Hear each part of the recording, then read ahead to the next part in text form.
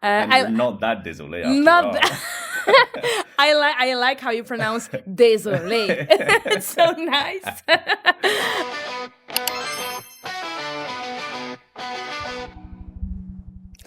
Hello, everyone. Welcome back to Eurovision Crave. It's Eurovision 2025 season, and what a better way to start it than with the unapologetic queen who's not désolée. It's Mentissa herself. How are you? Hi. Thank you for having me. I'm really happy. I'm good. How are you? I'm so happy to see you finally, to meet you after attending the recording of your performance. Banger. Oh, thank you. I was taking notes during the show, and I wrote Mentissa, banger. I like it. Thank you so much. Before we dive into this whole Eurovision thing, Yes. I want all the international Euro fans to get to know Mentissa a bit more, because Mentissa is this huge artist. I mean, the streaming numbers just speak for themselves. Like, fascinating what you've been through to come to this point in your career. Can you get me through everything that happened that brings you here today? Wow, where do we begin? What can I say? I started doing competitions on TV when I was really young. I started around the age of 14. I did the Voice Kids in Belgium for the first time, and I won. So it was obviously like an amazing experience. And then I was like wondering from my 16 until my 19 years old, until I was 19 years old. I was like wondering, what do I want to do? So I went to school. I did some jobs in communication, and I felt like, no, this is not where I want to be. My place is on stage. So that's why I decided, like, when I was 21 years old, again, to just like give it a shot again. And like, I told my mom, listen, Mom, I'm gonna quit working. I'm gonna quit my studies, but I promise you, I'm just gonna take like 1 year off because I wanna like go for my music, but fully give myself like really give it a shot. And if nothing happens within a year, I promised I would that I would go back to working or studying. And my mom like always supported me. So she said, okay, yes, go for it. I give you 1 year. And life is crazy because within that year I did The Voice France, and I met Vianney, who is a very famous singer in France, and we became friends. He wrote me a song that's called Ibam. It was actually the first song I released, and then everything started in France, which is very funny because when I speak French I don't really have an accent. So people thought I was French in the beginning, and then people started realizing I'm actually Belgium. I'm Flemish, so that was like, wow, what? How on earth is she Flemish? And so I really like that. And as people here in Belgium started realizing that I was Belgian, like I got support here too, and I got to do a lot of shows here. I got to be coach on The Voice Belgium on the French side, and now like I'm starting my musical adventure here in Flanders, which I'm really happy about. It's so impressive. The list goes on and on. But so there's something about you that comes across to me, at least, as something very competitive. Are you someone that's very competitive in everyday life, or is it? Not really. It's funny because, I did a lot of competitions like The Voice Kids, The Voice of Holland in 2019, The Voice France. So everybody's like, she likes competition. I'm like, no, I don't like it. I don't know why I always find myself like being in competitions. No, I think what I like is like just the experience. Yeah. Also like getting to know new people that are doing the same thing as me, that are going through the same thing as me. I think it's more about, the adventure, the experience. It's not about the competition at all, because that stresses me a lot, actually. So I'm not competitive, but I think I am really ambitious, and I have a lot of perseverance. I mean, when I believe in something, I'm not gonna give up, and I think that's important. Oh, hallelujah. Amen. I agree with you on that. Amen. Let's talk about this Eurosong process, right? You are Mentissa. A lot of people know you already. You have a lot of fans. No pressure. Take me through the process of how did all of this come to life? So I know I was asked a lot of times before if I wanted to do like Eurovision one day for France or for Belgium. And I remember like saying a few years ago, I don't think I would be capable of that. I mean, it's a lot of responsibility. And I know that when I do something, I want to do it like I really want to be like really invested and I want to engage myself fully. And I think a few years ago, I wouldn't have felt, I don't know, ready. And now this summer, I started talking about it with my label, and I was like, maybe I feel ready now because I feel like I have a little bit more experience. I did some things, and I think that now I would feel ready to like, yes, represent my country at Eurovision. And then we heard the VRT, they were gonna actually like looking for people to do Eurosong, and that's when with my label we decided to go for it, and we were like, okay, let's. And I always said like, for me, the number one condition is to have a song. So we were like, okay, now that we decided that we're gonna do it, it was still not sure that we were gonna do it because I needed a song. So I started like writing songs, and then when we had like two songs, where we were sure about, we sent them, and we were like, okay, now just let's wait for an answer. And then we got like a positive answer, and we were really happy. I mean, and what a song. I Thank you. love it. I think it's very different from what you usually do, I feel like. It has a more dancey, vibey, celebrating type of it. It's kind of like self-reassurance. Yes. How would you describe your song, Désolée? And you're not that désolé after Not all. I like how you pronounce désolé. It's so nice. I would describe it as it's really like a sorry, not sorry vibe, actually. It's like, not being sorry anymore, not apologizing for who you are, just be who you are, accept yourself with your qualities and your flaws because we're not perfect, and just not caring about what people say or think about you, which is really hard because I'm a really sensitive person. And when someone says something about me that it's not cool, I'm always like, but I like, that's why I like Désolé, because I think I really want to believe those words. And I think if I keep saying them, one day I will believe them. So it's Désolé is about like, it's actually like I'm talking to myself, but I'm also talking about everyone that feels sometimes judged. So, yeah. And you do it in an incredible way. Thank Because you. that beat is just, it gets me going. It's so good. Thank you. And I want to talk about the process on creating that song, because I saw that Vianney is also one of the songwriters, Yes, correct? yes. So what is his involvement in this whole Eurovision adventure that you're going on? So, Désolé was actually not a song, like when we wrote the song, it was not for Eurovision or Eurosong. I was trying to say Eurosong. Eurosong.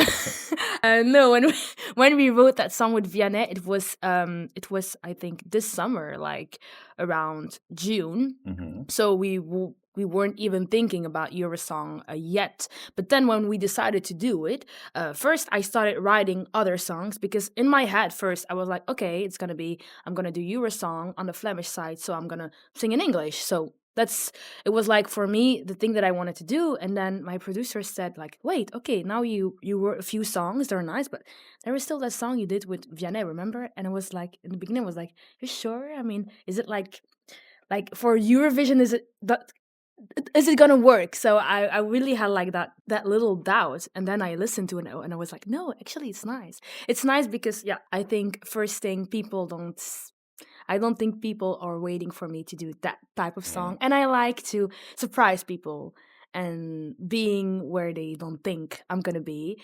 And two, I think it's also just nice to have like a really poppy dance song. I think like Eurovision is also like a big musical party, and we like to have fun, and we like to dance, and we like to dance on positive vibes and with a positive message. So I was like, okay, this song checks all those boxes. So I was like, okay, actually, Désolé could be the song. But in the beginning, Désolé was just like a song we did for fun, and I was probably gonna release it for my album. So I like it. Faith did his thing. So Oh, I love that. And as I said 100 times already, you already have a big footprint in the music industry. And with that comes a lot of pressure. I mean, I remember when you were announced for Eurosong, on Twitter, everybody was like, "Oh my God, Mentissa! Everybody, Mentissa, Mentissa, Mentissa, Mentissa." They didn't even hear the song yet. You know what I mean? Like it was like, okay, she's winning, she's going. What does that bring into this competition? How do you channel that? Where do you place it? Also, you have that, but also you have Belgium being number one in the odds now, which, I mean, it's very early in the competition, obviously, but it kind of says something about the quality of the songs that are competing at Eurosong. So all this pressure, how do you deal with it? Where do you place it? Does it help you? It does not help me.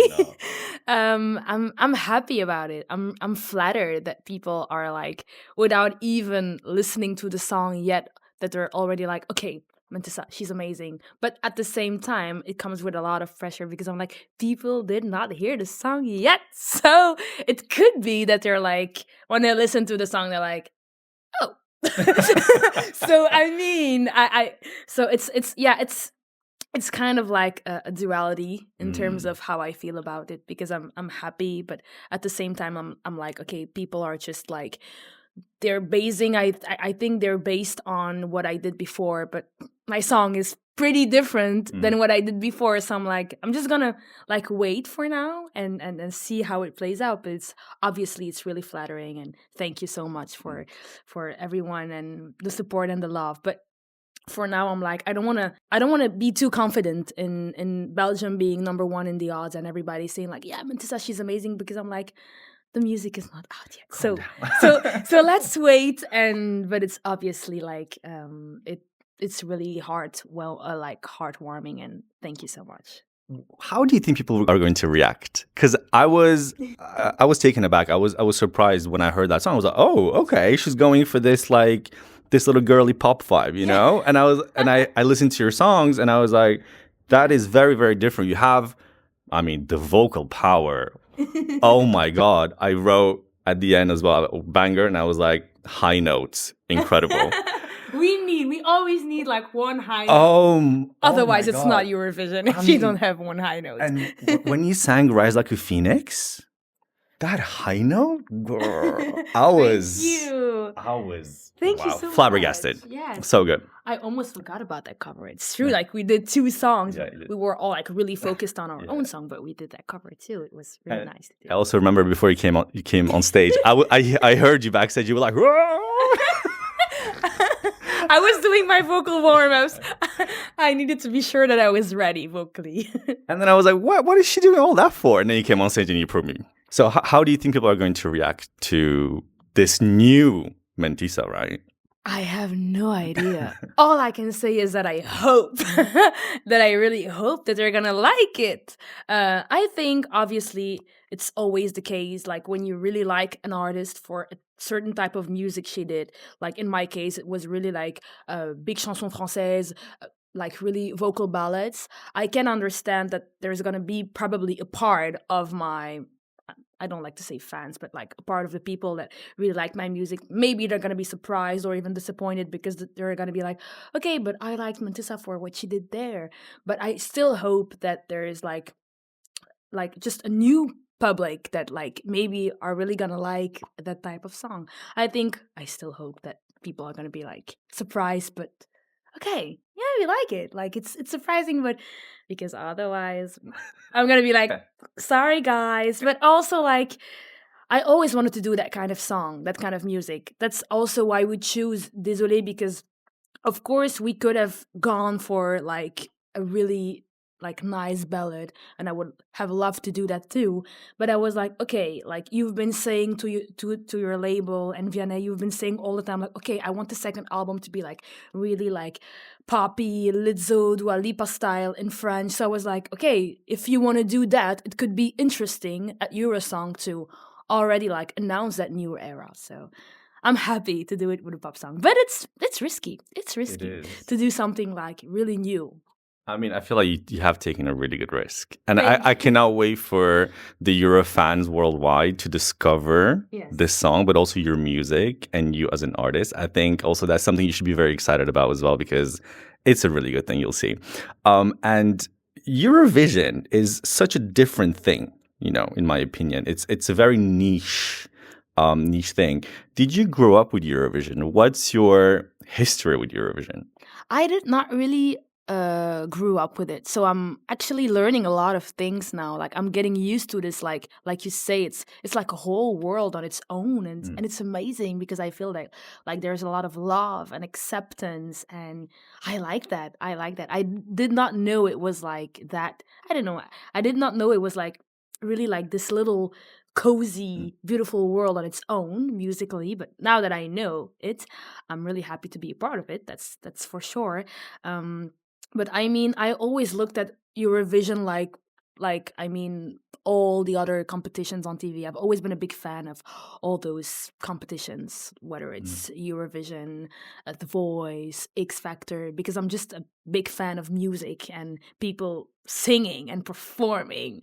That's what I really like, and that's what inspires me. So I have, of course, like a few years, like I mean, 4 year for me was like amazing. Or even I remember Conchita Wurst or a lot of a lot of those artists. So I have like I remember that there were like years where I was like in front of my TV and I was like, wow, okay, this is amazing. And it was just like really emotional because some artists like they just came and they dared to do their thing. What that's actually what's inspiring me too to like be myself. I don't want to have any regrets. I don't want to go to Eurovision with a song like writing a song thinking I'm gonna sing what I think people would want me to sing. I was like, go there and be yourself, be the artist and the person you've always wanted to be, because that's what Eurovision is about. So, Oh, I love that. And when people listen to Désolée, what do you want them to feel? What do you want them to take from that song? oh my gosh, a lot of self love and self acceptance, because that's not easy.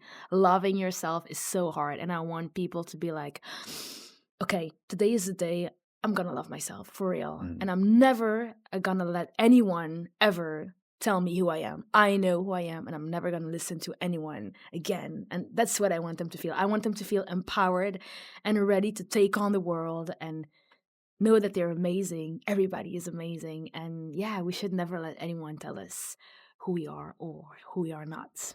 Period. Period. And how are you going to portray that message on the national final of Eurosong next week? Good question. I